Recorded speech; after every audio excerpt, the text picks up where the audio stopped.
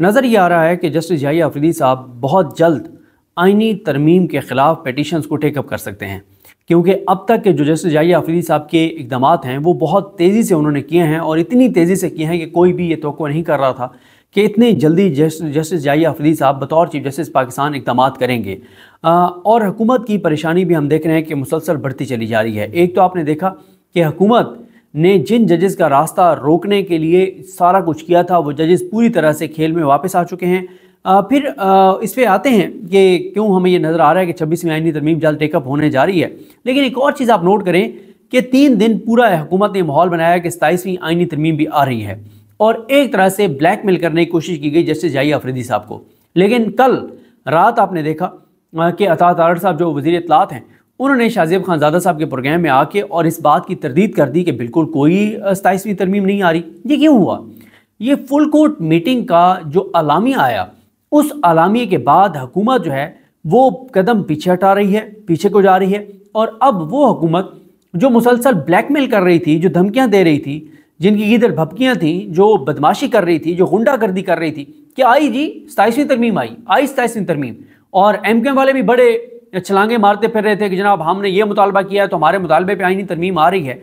MKM वालों से पूछें कि जब आपने इमरान खान को छोड़ के और PDM का साथ दिया था इमरान खान की हुकूमत गिराने के लिए, तो उस वक्त भी MKM का एक मुआहदा हुआ था हुकूमत के साथ। कहाँ गया वो मुआहदा?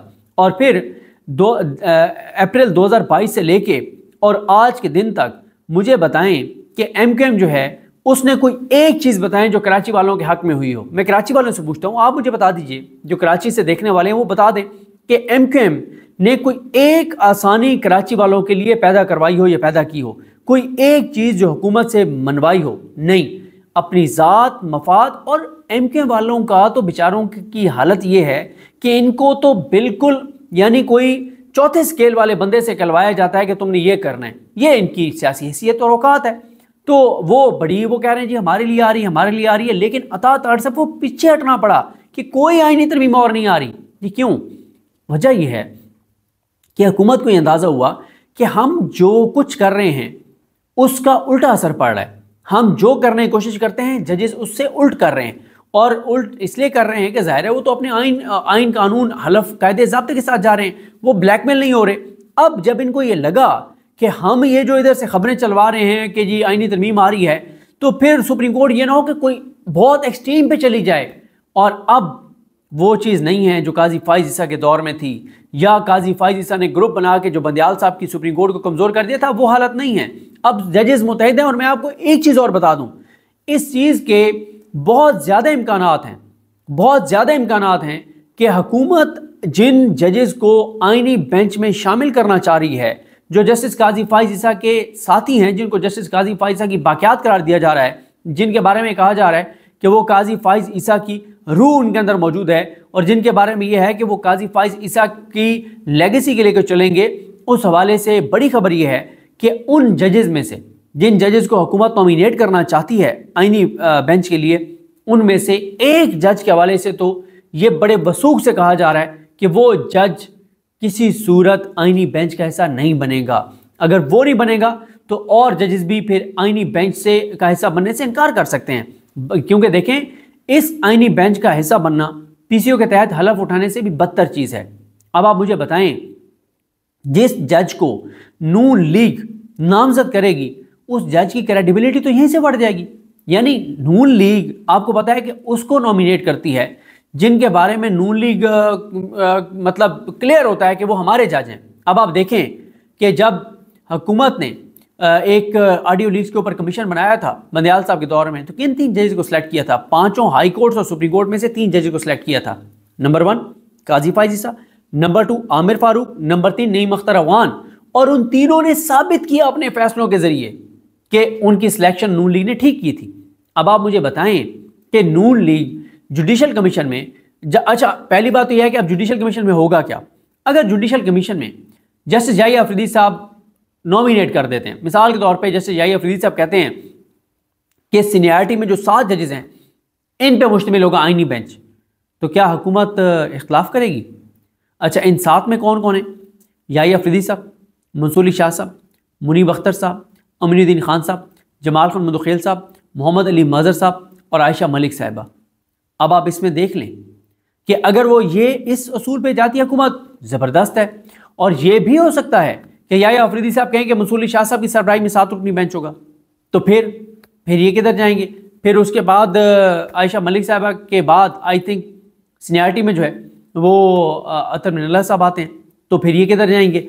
अच्छा, अब अगर हुकूमत खुद ये कह देती है जुडिशल कमीशन में कि नहीं जी, हमें याहिया अफरीदी साहब के नाम एक्सेप्टेड नहीं है, आप ये एक और चीज़ देखें कि राना असनाउल्लाह ने यहाँ तक तो कह दिया है कि ना मंसूर अली शाह साहब को आईनी बेंच कैसा होना चाहिए, ना होना चाहिए मुनीब अख्तर साहब को, और ना याहिया अफरीदी साहब को होना चाहिए।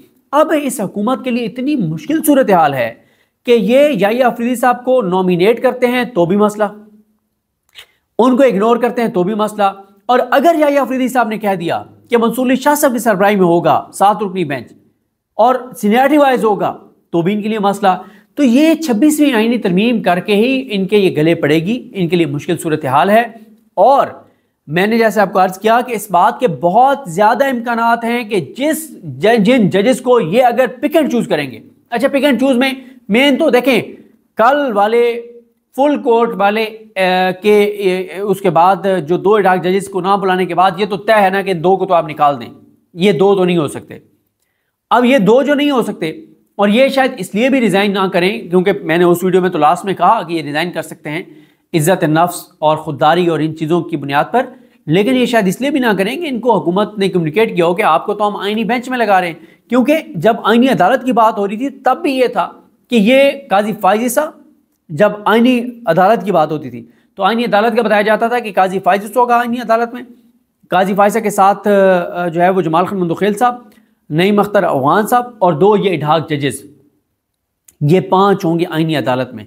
और अब जब और अमीनुद्दीन खान साहब का उस वक्त भी यही था कि इनको चीफ जस्टिस पाकिस्तान बनाया, चीफ जस्टिस सुप्रीम कोर्ट बनाया जाएगा। उस वक्त तो चीफ जस्टिस पाकिस्तान नहीं, चीफ जस्टिस सुप्रीम कोर्ट होना था, और आईनी अदालत के जो चीफ जस्टिस है वो चीफ जस्टिस पाकिस्तान होना था। अब जब आईनी अदालत तो वाला चैप्टर क्लोज हो गया, अब आईनी बेंच, ये आईनी बेंच में बुरी तरह से फंस गए हैं। और अगर ये कहते हैं, मिसाल के तौर पे ये कहते हैं कि जी अमीनुद्दीन खान, जमाल खान मंदोखेल और नईम अख्तर अफगान, मुसरत हिलाली, और ये इस तरह से अगर ये एक आध और जज का कह देते हैं, मिसाल के तौर पे शायद बिलाल हसन साहब, जिनका अभी तक नहीं पता कि वो इधर है या उधर है, किस तरफ जाते हैं, इस तरह से, और अगर जमाल खान मंदोखेल साहब भी कह देते हैं कि मैं तो इस आईनी बेंच का हिस्सा नहीं बन रहा, तो फिर क्या होगा? दूसरा, नून लीग जिसको सिलेक्ट करेगी, जिसका नाम नून लीग देगी, क्योंकि मियाँ साहब का क्या मसला है, मियाँ साहब को कहा गया, एक सहाफ़ी कहा कि मियाँ साहब ये हमारा सहाफ़ी है। मियाँ साहब ने पूछा कि इसको मंथली कितने पैसे आप दे रहे हैं? उन्होंने कहा सर ये पैसे तो लेते नहीं है। मियाँ साहब ने कहा जो पैसे नहीं लेता, जो हमसे पैसे नहीं लेता, वो किसी और से लेता होगा। यानी मियाँ साहब के नज़दीक अपना जज, अपना सहाफ़ी वो है जो इनसे मंथलियाँ लेता हो, जो इनसे पैसा लेता हो, जो इनसे अपने ज़ाती काम करवाता हो। जो सहाफ़ी या जो जज शरीफ ख़ानदान से पैसे नहीं लेता, उसके बारे में शरीफ ख़ानदान कहते हैं कि तो हमारे जज ही नहीं है। तो इसलिए इस बात के कभी इम्कानात हैं कि ये जो जजेस सेलेक्ट करें आईनी बेंच में, वो जजेस ही रिफ्यूज़ कर दें कि हमने तो आईनी बेंच कैसा नहीं बनना। एक करेगा तो हो सकता है ज़्यादा को करना पड़ जाए। तो ये इस वक्त हुकूमत बुरी तरीके से फंस गई है, और ये जिस तरह के इकदाम करना चाह रहे हैं, ये हर चीज़ इनके, मैं बार बार आपको बता रहा हूँ, गले पड़ेगी। मसलन अच्छा 27वीं आईनी तरमीम वाली बात से तो ये पीछे हट गए हैं ना, क्योंकि हालांकि पहले बिलावल और शबाशी मिले, खबरें चली, अखबारात में हेडलाइनें लगी, बड़ी बड़ी कवरेज हुई, और अकील मलिक साहब बैठ के कह रहे हैं कि आईनी तरमीम आएगी, राना असनाउल्लाह बैठ के कह रहे हैं आएगी, और इनके कई रहनुमा कह रहे हैं आएगी। एक नहीं कई आईनी तरमीम आएंगी, आईनी तरमीम पे आईनी तरमीम आएगी। मौजूद हैं एटीसी कोर्ट में पाकिस्तान तहरीक इंसाफ के वकला यहाँ पहुँच चुके हैं। कल रात जो कौमी असम्बली में और कौमी असम्बली के बाहर हुआ, गिरफ्तारियाँ हुई, इस हवाले से बात करेंगे इश्तियाक खान साहब से, अतीकुर रहमान सिद्दीकी साहब से। सिद्दीकी साहब, पहले आप बताइएगा क्या कहना चाहेंगे जो कल रात को गिरफ्तारियाँ हुई, और फिर रात को जो अंदर कौमी असम्बली के अंदर जो मौजूद थे उन्हें गिरफ़्तार किया गया, और अभी आप एटीसी कोर्ट में हैं, क्या अपडेट्स हैं? जी, इस तरह है कि आज सुबह से मैं 9 बजे एटीसी में मौजूद था, और जो कल फस्ताई ताकतों ने पाकिस्तान तहरीक इंसाफ वर्कर्स, स्पेशली जो लोकल लीडरान्स के साथ किया, स्पेशली जो advocate supreme court Shoaib Shaheen साहब, जो कि बार कौंसिल के मेंबर भी रहे हैं, पाकिस्तान बार कौंसिल के मेंबर भी रहे हैं, और पाकिस्तान तहरीक इंसाफ के NA 47 के लेजिटिमेट फॉर्म 45 के MNA हैं, उनको उनके दफ्तर से अरेस्ट किया गया है। और फिर शेर अफजल मरवत जो लक्की बरवत से MNA PTI के, उनको गिरफ्तार किया गया है। उसकी हम तमाम बार की तरफ से Islamabad bar association, Islamabad high court bar association और इस्लामाबाद बार कौंसिल सबसे पहले मजम्मत करते हैं। उसके बाद जो फस्ताई ताकतों ने कल की है, मैं समझता हूँ कि नून ने 90s में जब हमला किया था सुप्रीम कोर्ट में, उसके बाद ये दोबारा तारीख कल दोहराई गई है और उस तारीख में इन्होंने इस दफ़ा अटैक किया है पार्लियामेंट को, जिसको तमाम तबके कहते हैं कि पार्लियामेंट के तक़द्दुस सुप्रीम है, पार्लियामेंट सुप्रीम है। और काजी फायद ईसा चीफ जस्टिस ऑफ पाकिस्तान है जो कहते हैं कि supreme is the parliament is the supreme. तो मैं उनको कहता हूँ कि जो कल रात को हुआ है उससे पहले पाकिस्तान की तारीख में नहीं हुआ कि लाइट बंद करके इस वस्ताई ताकतों ने अपने सिक्योरिटी इदारों को पार्लियामेंट के अंदर घुसाया और हमारे MNAs और MPs को अरेस्ट किया, जिसकी पाकिस्तान तहरीक इंसाफ की तरफ से मैं भरपूर मजम्मत करता हूँ। खसूसन जो पाकिस्तान तहरीक इंसाफ के चेयरमैन बैरिस्टर गौहर साहब है, इंतहाई शरीफ नफस, इंतहाई प्रोफेशनल वकील है, उनको जिस तरह अरेस्ट किया गया है, कॉलर से पकड़ा है, धक्के देके किया है, उसकी मजम्मत करते हैं। मैं किस किस की मजम्मत दूँ? ये मजम्मत के काबिल है पाकिस्तान को जो 9 अप्रैल 2022 से रिजीम चेंज कॉन्स्पिरेसी के जरिए तबाह करने की इन्होंने रविश शुरू की है। वक्त के साथ अब ये हाथ वकला के गिरबानों पर चला गया है। इस वक्त जैसा कि आपको मालूम है कि G11 में जुडिशल कॉम्प्लेक्स में मौजूद है इस्लामाबाद बार एसोसिएशन के तमाम नुमाइंदे, हाई कोर्ट बार एसोसिएशन के तमाम नुमाइंदे और बार काउंसिल के तमाम मेंबर इस वक्त जुडिशल कॉम्प्लेक्स में अंदर मौजूद हैं।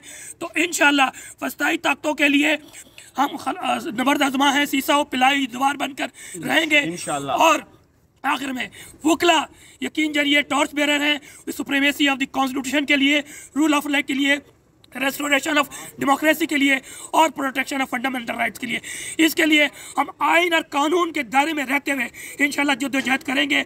और इंशाल्लाह यहाँ पर हमारे वर्कर्स भी पेश होने लगे हैं, हमारे MNAs शुएब शाहीन वगैरह सारे पेश होंगे। उम्मीद है कि जज साहब उनको डिस्चार्ज भी करेंगे और हम यहाँ रिक्वेस्ट करेंगे कि इन तमाम इदारों को जो कि इसमें FIR लॉन्च की है इलीगल इलेजिटिमेट, इनके खिलाफ भी कार्रवाई करें। तो मेरे साथ जैसा कि मालूम है कि इंसाफ लायर फोरम के प्रेसिडेंट चौधरी इश्तियाक खान साहब है, जो कि मैं समझता हूँ सफ़े अव्वल के मुजाहिद खान साहब के लिए और लाहौर में जो कुछ काम किया है उनकी कंट्रीब्यूशन और ILF पाकिस्तान के लिए जो कुछ कर रहे हैं, मैं समझता हूँ वो हेड्स ऑफ के काबिल है। तो चौधरी इश्तियाक साहब आपने कमेंट्स जी चौधरी साहब क्या कहना चाहेंगे, वजह क्या है ये सब करने की? और जिस तरह आपको पता है असम्बली के बाहर गिरफ्तारियां हुई और असम्बली के अंदर जाके गिरफ्तार कर लिया गया, क्या कहेंगे आप? वो कहते हैं कि जब जाने का वक्त ठहर चुका है तो फड़फड़ा रहे हैं। इस वक्त तमाम इदारे, फॉर्म 47 की हुकूमत और यहाँ पे IG Islamabad, commissioner Islamabad, DC Islamabad, ये एक टूल की हैसियत से काम कर रहे हैं मुक़्तदरा का। रात गिरफ्तार किया इन्होंने, रात के अंधेरे में हमारी लीडरशिप को गिरफ्तार किया। कहाँ से किया? असेंबली से, जो मुकद्दस जगह कहता है काजी फायद ईसा। कहाँ से गिरफ्तार किया? दफ्तर से वकील के, जिसे ला मिनिस्टर आज़म नज़ीर तारड़ कहता है कि हमने प्रोटेक्शन दी है।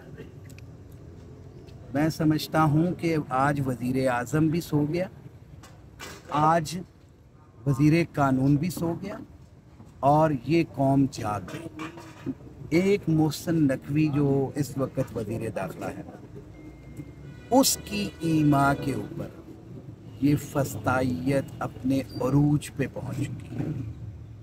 ना कल काला कोट इनके जुल्म से डरा और ना आज डरेगा। हम अपना हक लेना जानते हैं। आइन की पासदारी, रूल ऑफ लॉ, जिसे हम कानून की हुक्मरानी कहते हैं, उसका हलफ हमने लिया है। मैं कहता होता हूँ कि हमने हलफ लिया है दिल से, इन्होंने लिया है अपने ज़ुबान से। वो चाहे पाक आर्मी के ऑफिसर्स हों, वो चाहे जजेस हों, वो चाहे ब्यूरोक्रेट्स हों, वो सारे के सारे ओथ ज़ुबानी लेते हैं। इस दिल से भी तो ओथ लेना है। किस चीज़ का ओथ है? कि इस मुल्क के साथ हमने वफादार रहना है, इसकी अवाम के साथ वफादार रहना है। आज लीडरान को गिरफ़्तार किया है, वकला को गिरफ़्तार किया है। मैं खराज तहसीन पेश करता हूँ इस्लामाबाद बार कौंसिल को, Islamabad high court bar association और डिस्ट्रिक्ट बार एसोसिएशन इस्लामाबाद, जिन्होंने अभी हाउस भी किया, अपनी प्रेस टॉक भी की और अल्टीमेटम दिया कि हमारे 3 इस बार के मेंबर्स हैं। इसके साथ साथ बताऊं, barrister Bohr advocate, Shoaib Shaheen advocate, जो पहले वाइस चेयरमैन रहे यहाँ पे बार कौंसिल के, जो पहले मेंबर पाकिस्तान बार कौंसिल यहाँ से हुए, जो इस्लामाबाद हाई कोर्ट के सदर रहे 1 साल पहले, अगर उनके साथ ये किया जा रहा है। हमारे डिस्ट्रिक्ट बार एसोसिएशन सरगोदा के सदर रहे हैं शफकत आवान साहब, जो हमारे MNA हैं इस वक्त, उनको भी असम्बली के अंदर